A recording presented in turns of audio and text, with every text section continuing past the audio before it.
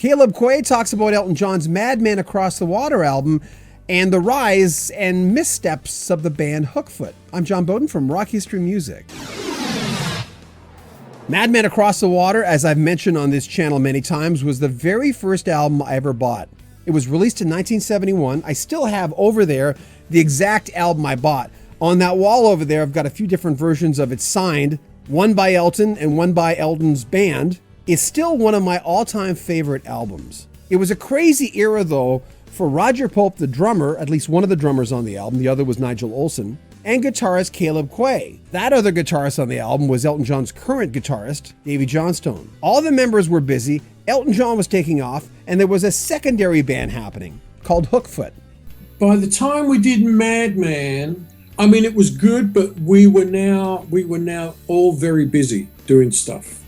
Hookfoot had its own career going. We were signed to A&M Records at the time, so we were off touring, and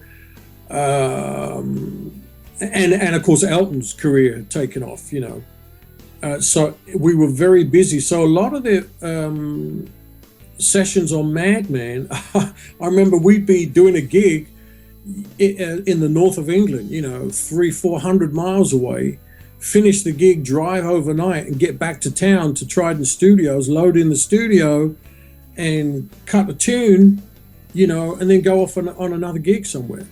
It was that kind of busy. As mentioned, the band Hookfoot also had another Elton John member, drummer Roger Pope.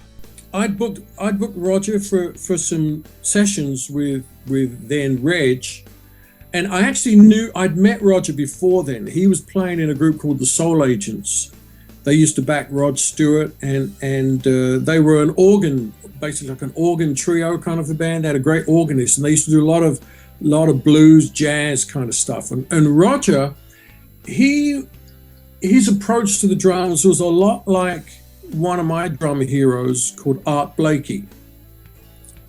Right. So there was a famous groove that Art Blakey was famous for, what most drummers would know as the Art Blakey shuffle. And Roger could do that real well. Not many English drummers could do it.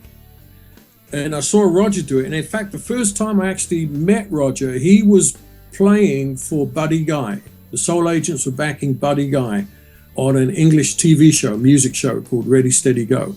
And I happened to be in the audience at the time, and I was really impressed with them. And so I went up and introduced myself to Roger. I was 16 years old at the time.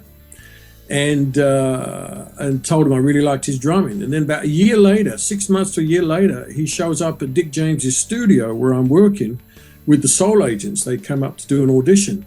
And it was like, hey, didn't I see you playing with Buddy Guy? Oh, yeah, really like you playing, man. Oh, great. So we did that. And then a short while after that, 1967, we start working on Elton John's project. And I booked him for a single called Lady Samantha.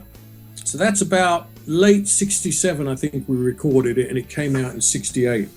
But, and that's where we really hit it off. one day Roger calls me up after the session, and because then we were going to do an album. This was the Empty Sky album. And so Roger's playing on that, and so I booked him for that. We were having such a great time doing that. Roger called me up one day. He says, "Yeah, what do you think about forming a band? We ought to form a band." I said, "Yeah, sounds great." He says, "Oh," and there's a classic line which we joked about right up until he passed away. In England, when you would get what we call a speeding ticket for driving too fast, you'd call it, they used to call it an endorsement. Okay, it's crazy, an endorsement on your license, something like that. An endorsement, that's the phrase they used to use. So Roger said to me, "Yeah, let's form a band." He says, "I'll come up there." He says, I'll get wherever you are. He says, "I'll get 10 endorsements coming up there." 10 endorsements. That lets you know how much he wanted to play with me, and I said, "Okay, great. Yeah, let's do it," And we've always joked about that right up until the end. Where are you, man?